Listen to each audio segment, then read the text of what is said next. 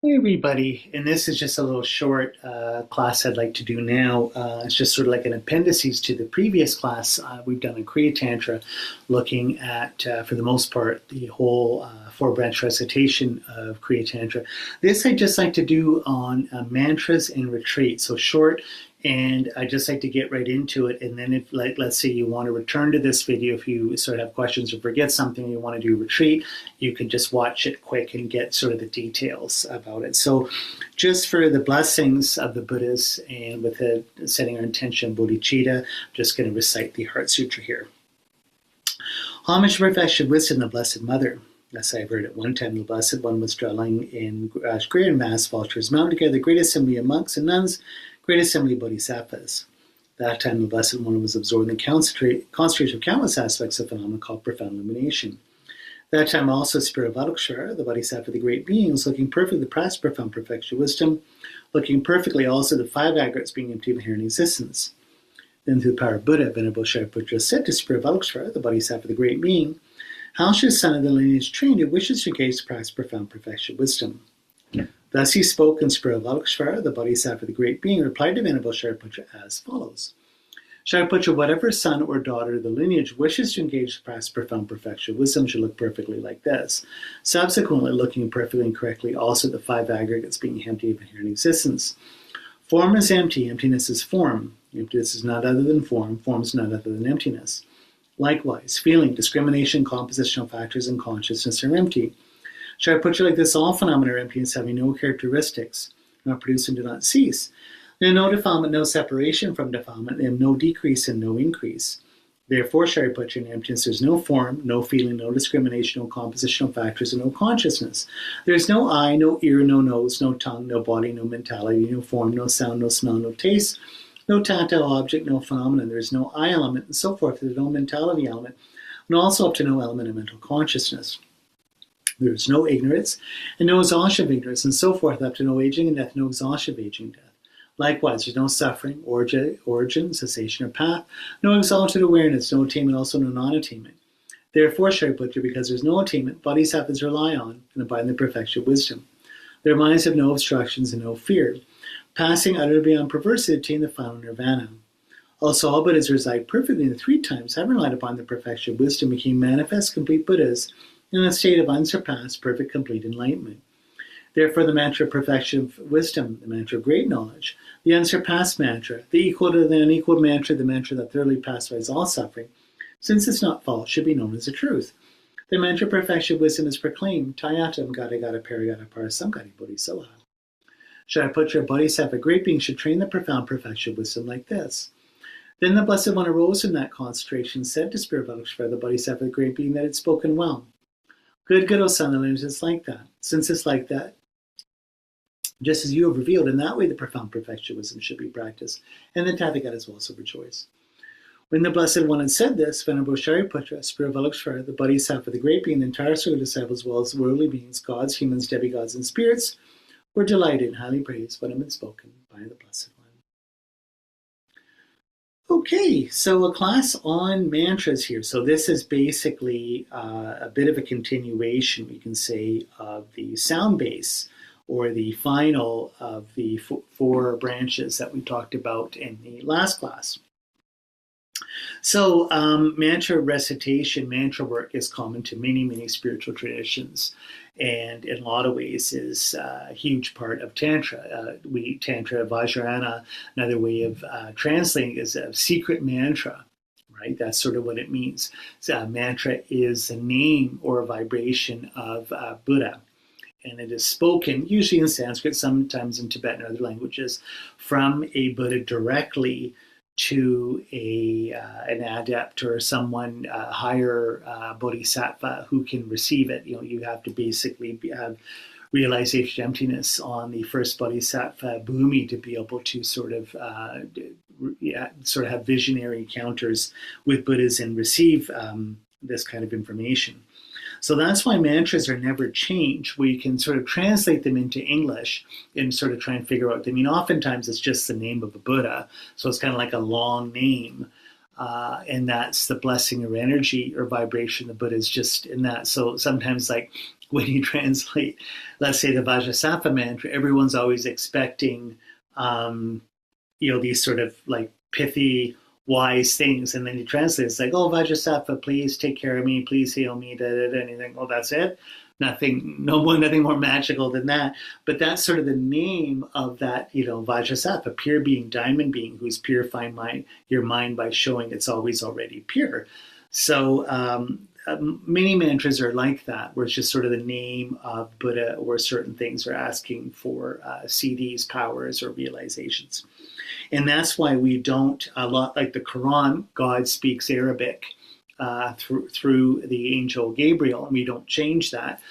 We don't change the Bible, let's say, the four evangelists. You don't run around. You can translate it, but we don't start making our own version of the Bible up. Why? Because it's a blessed, like in the Quran, it's coming directly from God. So you don't want to change it, add to it, edit it, or so forth. It's the same thing with these mantras. We can try and translate them and figure them out, but it's best to say them in the original language they came in, because it's spoken directly from a Buddha. So you can understand what they say in English, but technically you have to go back to saying it in Sanskrit. That's sort of the vibration and the blessing energy in particular of it. So for mantra recitation, I believe there's gross and subtle recitation. We can do it out loud and imagine the mantra and hear its sound in your mind. So there's different ways of doing it. Of course, mental recitation a lot, where you're reading the mantra, let's say at your heart, in your mind, or hearing it in your mind. So there's different, the more subtle you do, like let's say by mental recitation, just hearing the mantra being said in your mind, that's more subtle than actually saying it right out loud. But of course, it's middle way. When you're saying it out loud, you're not yelling it and you're not whispering it. It has to sort of be somewhat audible, that if someone's close to you, they can hear it. So it's not like you just sort of saying it, but not like enunciating it, because it has to actually come out as your prana. It has to be expressed energetically or pranically. So your prana and the prana of the mantra of the day of the blessing of the Buddha match and then merge together for you to get the blessing, or quote unquote mind transformation, as this precious energy and mind that goes along with it blesses or transforms your energy and your mind in the recitation. So, so that's sort of the mantra, how to do mantra recitation. And there's different, descriptions of this. You can read retreat manuals and so forth on how to do different kinds of recitation. But those sort of are the standard ones there. So five main purposes of doing mantra work, which is one, receive the blessings of the deity, the sacred energy of the deity. Of blessing, Jinlat, means mind transformation. Like in a Nietzschean way, you're going from a reactive state to an affirmative state, negative state to a positive state. As I always say, when you do sort of a little statistical analysis of how you've been at the end of the day when you're lying there in bed, you realize that most of the day, at least in my case, you've been pretty negative and pretty judgmental and pretty down, and your moods have been pretty crappy.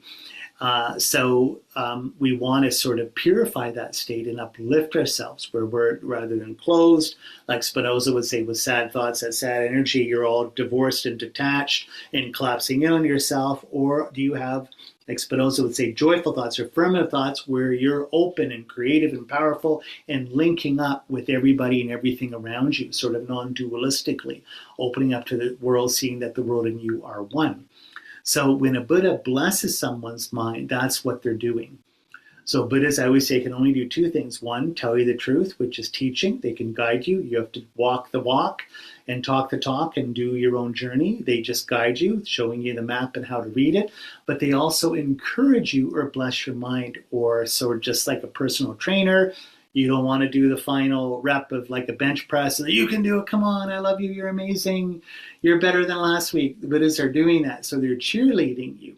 They're always, their mind is 100% positive. They're always sharing that little bit of lighter positive energy with you to bless your mind. So when you do mantra work, what you see, which is so amazing, some people, like let's say just doing Vipassana or even Zen or other things, say, oh, I don't really know if I would want to do mantra work. It's just, what are you doing?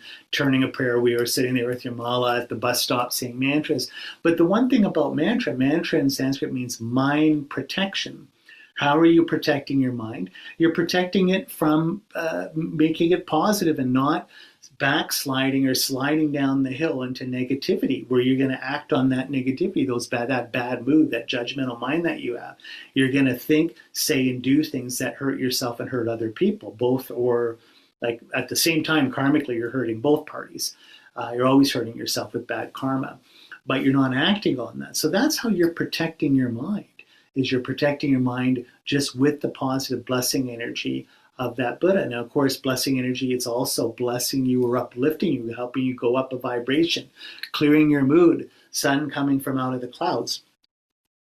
So that's the power of just doing mantra recitation. So when we're doing a retreat, that's all we're doing. It's an elaborate exercise in joyful thoughts and affirmative living, being worthy of the event, as Nietzsche would be talking about, right? Okay, so number 2 is we draw closer to the deity. So a lot of times that's what retreat means when you talk about Nyempa, or a closer approximation retreat.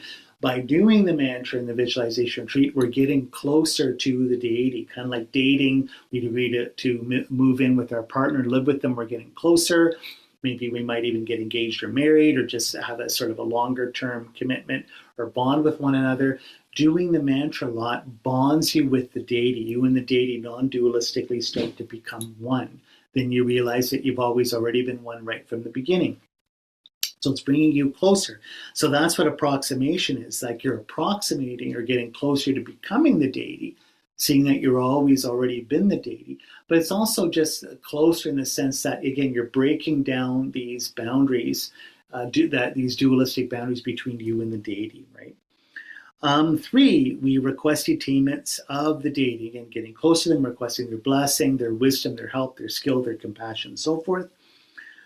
4, we accomplish the 4 tantric actions. So the more we do this, especially in the context of retreat, where we go into a lay rung or permission retreat, permission to enter the deity's mandala. And so once we've done that with the retreat recipe that we follow, and we finish it with the purification fire ritual or fire puja, we are within the deity's mandala at that point. We can really study and perform the 4 tantric actions, which are, again, pacification, get negative energy, increasing, which is increasing positive qualities, inner and outer wealth.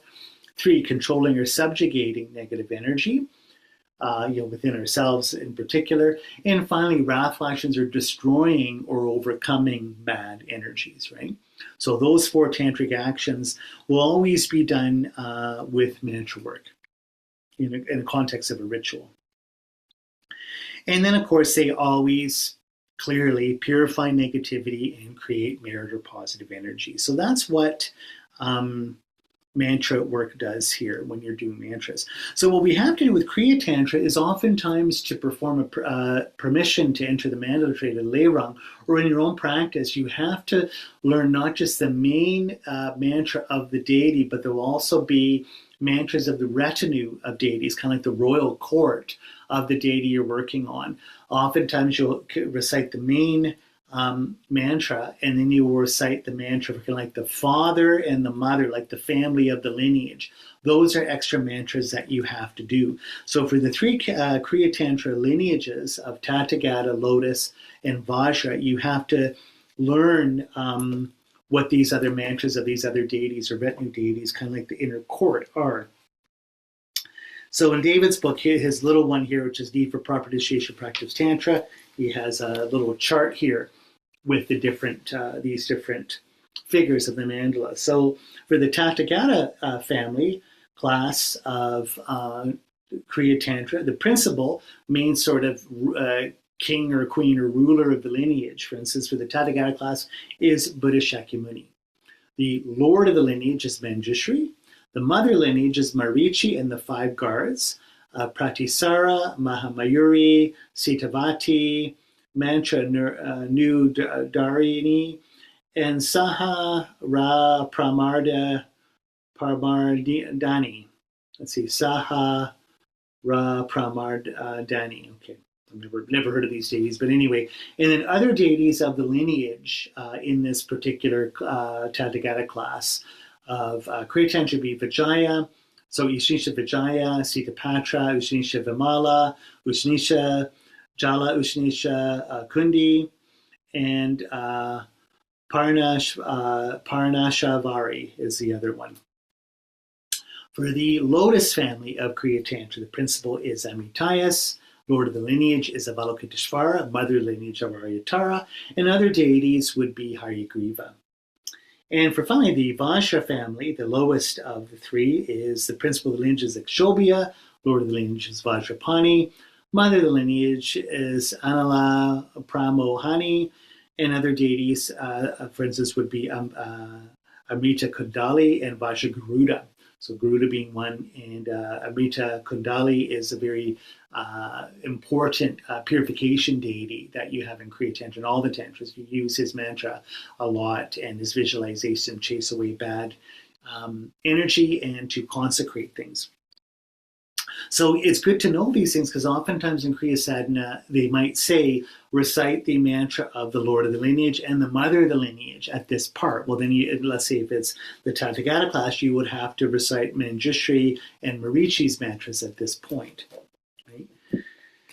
Then, I think I might have read this before, but just what the families of action Tantra deities are. This is in Geshe Kelsang Gyatso Rinpoche's Tantric Grounds and Paths.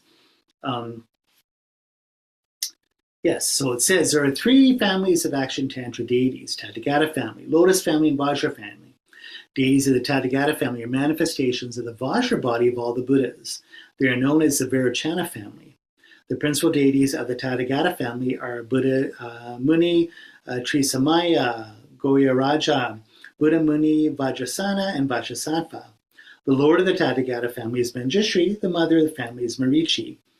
Marichi is the female Buddha whose name literally means endowed with rays of light. Other deities of the Tathagata family of action Tantra include Ushnisha Sita Tarparti, Ushnisha Vijaya, Ushnisha Vijamala, Ushnisha Chakravartini, and Ushnisha Shalalita. And wrathful deities such as Kroda, Vijaya, Kala, Palk, Gugayam, Chundi Devi, and Vasudhara. Pardon me if I pronounce any of these wrong here. Deities of the Lotus family are manifestations of the Vajra speech of the Buddhas. They are known as the Amitabha family. Principal deity of the Lotus family is Amitayas. Lord of the family is Avalokiteshvara, and the mothers are White Tara and Green Tara. Other deities of the family include wrathful Haryagriva and Sri Mahadevi. Deities of the Vajra family are manifestations of the Vajra mind of the Buddhas. They are also known as the Akshobhya family. Principal deity of the Vajra family is Buddha Unmoving, which is Mitrupa or Akshobhya. Lords of the family are Vajra Vidarana and Vajrapani. Mother is Vajra Jitana, Lapra Mohani, Namadarani. Other deities in the family include wrathful Kundali and Vajra Dundi. So he also says, names of the three families. Tathagata is a general name for the Buddhas. Lotus signifies the speech of the Buddha. Vajra signifies the mind of the Buddha. The Tathagata family is sometimes referred to the higher family. Lotus family is the middling family, and the Vajra family is the lower family. Or does not mean that the deities of the Tathagata family are superior to the deities of the other two families. It simply means that if we receive the empowerment into a deity of the Tathagata family, we're automatically empowered to practice any deity of the Lotus or Vajra family. I've spoken of this before. If we receive the empowerment of the deity of the Lotus family, we're automatically empowered to practice any deity of the Vajra family. And then, of course, if you'd received a Vajra family empowerment, you can only do Vajra family deities. You can't go up the ladder to do Lotus or Tathagata ones. So that's that. The other one I'd like to say here, so you have those are the deities you should look at, even online a lot at times, like the Himalayan art website that has all the different deities. You should be able to find the mantras of these deities in different texts or so. Let's say if you're a Kriya Tantra sadhana might be missing them, you can add those in so you can recite them there. The other thing I want to recite is quickly what David Gonzalez mentions about mental recitation here. There's a specific kind of recitation here that's beautiful in Kriya Tantra. He says, for instance, mental recitation. For instance, you imagine the deity in the space before and imagine a mantra at its heart. You recite the mantra either as a whisper or mentally. You then inhale and imagine the moon disk and mantra moves from the heart of the front generated deity to your heart as the deity. As you hold your breath, you mentally recite the mantra. When you can no longer hold the breath, you exhale and imagine the moon disk and mantras are transferred back to the heart of the deity in front of you. This meditation helps with the attainment of calm abiding a mind, or shamatha, and the ascertation of emptiness, or vipassana, as well receiving the blessings or energy from the deity. In fact, the practice of pranayama, or other words, restraining vitality and exertion, is a method used to settle the mind by controlling the energy winds that flow throughout the body. In the practice of Kriya Tantra, we do not have methods that involve the channels, winds, and drops, since they are unique to highest yoga tantra. However, the wind or prana, which we're doing as restraint, are held so as to bring the mind under control, concentration, or shamatha. There's a strong correlation in the movement of the winds, or chi, in our mind. Breath is the coarsest wind, or chi, that flows through our body, but nevertheless has profound effects on our consciousness. Therefore, during the practice of Kriya Tantra, we restrain the flow of our breath to assist in the attainment of single-pointed concentration, or shamatha. There are still other types of recitation. These will be discussed in following sections. So there you go. That's like a very profound way of doing mantra work to generate, again, the unity of shamatha and vipassana, or concentration or wisdom realizing emptiness in our practice. So finally here, the two kinds of retreats. So mantra work to doing retreat. So the first one is, as I said before, a close retreat, or nyempa. So nyempas are basically any retreat you want to do based on time, how much time you're away doing the retreat, how many sessions a day you want to do, how many mantras you want to decide to count, 1,000, 10,000, million, whatever you want. Or again, how much time you can go away for the weekend. You can do a month, week, year, whatever you want, 3 months. Or another way is staying in retreat as long as it takes to get a realization. You get some kind of auspicious dream, or sort of psychic vision, or some kind of CD, sort of miracle power associated, either be they mundane miracle powers associated with the mantra, or more supernatural sort of spiritual realizations or CDs associated with the deity. Nyempa, or closer to, would be staying until something like that happens, for instance. Right? So all of these deities, of course, are what they call close or approximation retreats. You're getting close to the deity, embodying the practice, making it sort of second nature, creating a self based on this practice, as well as unifying yourself with the deity. Hence, you're approximating, getting closer to being the deity, you and the deity being the same one. Now, a lay rung, or action permitting retreat, or permission retreat, permission to enter the mandala. So it allows us to engage in mandala actions, anything that involves the deity's mandala in meditations, such as fire pujas, self-initiation of the deity, consecrations, tantric empowerments, and so forth. We have to follow the recipe or retreat rules of that specific deity that we get from our teacher, so from the empowerment, commentary, then the instructions on how to do the retreat, and then you finish the retreat with a fire purification fire puja. So we have to keep doing the sadhana every single day, keep the retreat going until we conclude it with this fire puja. So our first lay rung is about gaining competence in the meditation and ability to draw forth the blessing power of the deity. We can then use the blessing power for your own or others' welfare. So technically, as I always say, you only have to do one lay rung or permission retreat to be within the mandala of the deity. So it's again like getting your residency as a doctor. You got your medical degree, you do residency. No, then you get hired as a doctor at the hospital. You do your law degree, your articling, and then you get accepted as a junior partner in the law firm and become a lawyer. It's the same thing. All you have to do is permission retreat just once to have access to the deity's mandala, and then perform mandala actions, higher meditations, eventually one day, if deemed appropriate, to give the empowerment of the deity itself, to do the four tantric actions of, again, pacifying, increasing, controlling, and destroying. You can do fire pujas, you can do higher magical work and so forth, healing work for yourself and for others. But we have to, just like getting your degree, the permission is kind of like the registration, the certification. Yourself as a plumber, massage therapist, nuclear physicist, you've got your degree, you got your certification, you can get your job. But then a lot of people, even like myself, do the permission retreats over and over and over again. with the fire puja, because it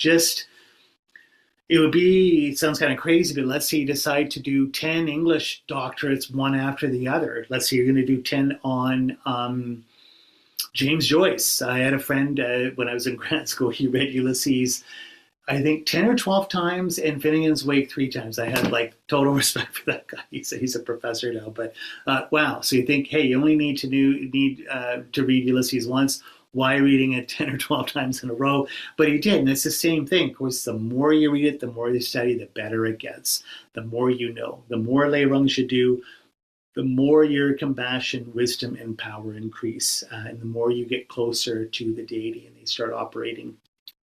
And like when your heart, it's kind of like a long marriage, a really, really long, wholesome, and good marriage where you continue to commit to each other every day. So here's the big one, just concluding here. What are the recitation rules for if you're doing a lay run or permission retreat? Kriya Tantra is unique this way. So usually with Anuttara Yoga, I'd have to look for Charya Tantra. It might be you have to do a flat 300,000 recitations or repetitions of the mantra. Yoga Tantra, I think, is just a flat 100,000. Usually for Anuttara Yoga, highest Yoga Tantra, it's 100,000 of the main deity. Oftentimes you'll have to do, if there's retinues, 10,000 of each of those. And then you conclude with 10,000 of purification mantra called Wisdom Descending or Wisdom Shower Mantra. Then you do the Fire Puja. Kriya Tantra is hard because there is a scheme of how many recitations you have to do. This makes it, I think in the Nyingma tradition, they do a similar thing for Mahananu retreats, where the recitations based on the number of syllables in the mantra, but I don't know, you'd have to see, but it'd be by analogy similar to that. This is why I know very few people, if any, who do Kriya Tantra retreats this way. Maybe there's a whole bunch that I don't know, I've never met. If there is, I rejoice. But on the whole, people don't do it the traditional way because it's too hard, which is why David told me, as long as the Dalai Lama told his teacher, Genla Sujapa, who told him that Kriya Tantra, at least in the Tibetan Buddhist community, is dying out because it's just people don't follow the original protocols and rules and requirements and regulations, so to speak. And so they don't end up doing the permission retreats properly or at all. So technically not in the mandala, and then they don't get the power, the magic doesn't happen, they don't get the attainments, and then the lineage ends up getting broken that way. But what happens with Kriya Tantra, like I see most people will just do a retreat with you, oh, I'm doing Kriya Tantra, I'm just doing 100,000 and wisdom shower. I'm not criticizing that, that's the way you want to do it. But that's not, or if your teacher tells you to do it, that's the way you do it. If your teacher tells you a permission retreat's 2 mantras, oh, many pay me home, you're done, then that's your retreat. You follow what your teacher says because they know it's exactly just like your doctor's giving you what medication to be on and when to be on it, all the rules around your medication. It's the same thing. Your teacher is your doctor and know what's right for you in terms of treatment. But if we're just looking at the traditional rules of Kriya Tantra, what happens is, of course, when I tell anybody that if you want to do Kriya Tantra, you do it this way, everyone's like, well, why should I do? Oh my God, that's so hard. I'm just going to stick with Anuttara Yoga, High Yoga Tantra, because you recite less mantras, it's more subtle, more powerful, and you get quicker results. In other words, why bother with Kriya Tantra, right? So that's a good, I don't know what does that mean. What can you say? Touche, right? But at the same time with Kriya Tantra, if you follow the rules around the lay rung or permission retreat, you follow the recipe. Why they call it Kriya action is you do the actions of the mandalas, all the mantras, all the mudras, all the rituals. Then ironically, you get the action. Something happens. The action produces the effect or result or consequence. So this is what David always told me. When you practice Kriya Tantra and do it properly, do the proper traditional permission retreat, after you do the fire puja, you'll see subsequent to that, something happens. The magic happens. You've done like a ritual, you've done a spell, it works. Oh my goodness, wow, I did the spell for a rainbow, bing, you get the rainbow. Now, that's incredible. So if I do the traditional Kriya Tantra retreat for Medicine Buddha, healing happens at the end. Or if I do it for someone else, healing happens to them. I do Green Tara, the Liberator. I overcome obstacles. Something happens. I do Manjushri. All of a sudden, I have wisdom. I start to know something that I didn't know, right? I have Vajrapani, I have energy or power to be able to have more spiritual power to do things to help people. So why this is good is it produces faith and confidence. And the more you can do, then you want to do more Kriya Tantra, you want to do more Dharma, right? So that's it. It's kind of like, a spiraling staircase going up, like Jacob's ladder into the heavens. Like the more you do it, the more results you get, the more faith and confidence you have, the more you want to practice, right? It's just like working out. The more I work out at the gym all the time, the fitter and healthier I get, the more I can do. And the more confident I get, the more happy, the more healthy I feel. It's the same kind of thing. So that's the benefit. So what are the rules around the mantras here?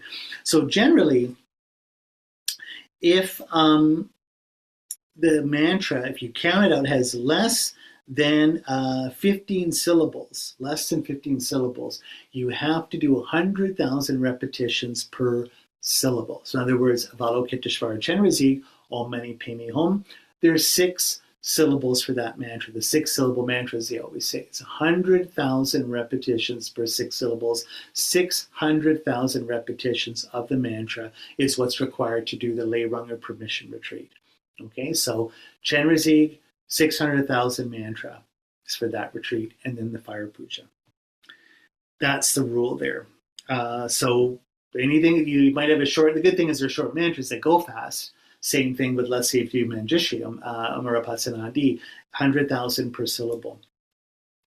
If the number of syllables is between 16 and 32 syllables, so like Green Tar is 10, so that's 1,000,000 mantras, right? So my friends do the Galupa Anuttara yoga practice of Chittimani Tar, Mindjo Tar is only 100,000. Like, that Green Tar is only 100,000. Your Kriya Tantra Green Tar, even though it's a lower tantra, is 1,000,000 mantras. Oh my God, that's like 3 months of practice, right? But it's 10 syllables, 100,000 syllable, 1,000,000 mantras. So again, now let's say if it's this, it's a little bit easier here, is what if it is between 16 and 32 syllables? Then it's just a flat 300,000 mantras. That's it. So that's actually not so bad. I mean, I think that 300,000, so it's a little bit longer, a little bit harder to recite, 300,000. Now, what if it's a real long mantra? Then it's only 10,000 flat. That's it. So Medicine Buddha Leirung Retreat is a long mantra. It's more than 33 syllables. So 33 syllables and above, it's only 10,000. So that's one of the Kriya Tantra retreats I like doing because it's only 10,000 mantras. It goes pretty quick. You can do it in about 4 days, 3 or 4 days. And then you've done the permission retreat for Medicine Buddha. You do the fire puja, you've entered the mandala there. So there you go. That's what we're looking at here for to do these retreats and to do the permission retreats based on the mantra count. So if you do want to do everything traditionally and do this, I would recommend that you follow those instructions and do your permission retreat. I cannot stress how absolutely wonderful things are. And again, these are emergent results. So, in biology, as they say, emergent property of an organism is that the sum is greater than the whole of the parts. And with tantric results, just even based on tantra, if you remember, one of the qualities of tantra is that the results of the seeds grow over time. In other words, the result's always bigger than the cause, right?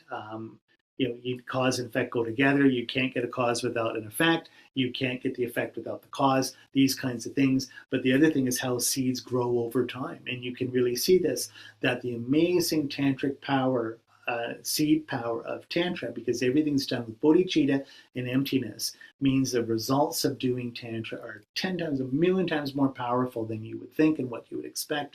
And if you do the permission retreat with Kriya Tantra, you'll see this once you're done the retreat. The powerful transformation, alchemical transformation, changing lead into gold, how that happens in your life. So that's the pitch for Kriya Tantra right there. So let's just take a moment to dedicate this. All of our study and practice here may be put towards really realizing, practicing, and getting the results of Kriya Tantra, that we realize emptiness with bodhicitta, that we lead all sentient beings to full awakening, so that they were able to self-discover the same qualities as ourselves as Buddhas. Okay, and we'll see you next time.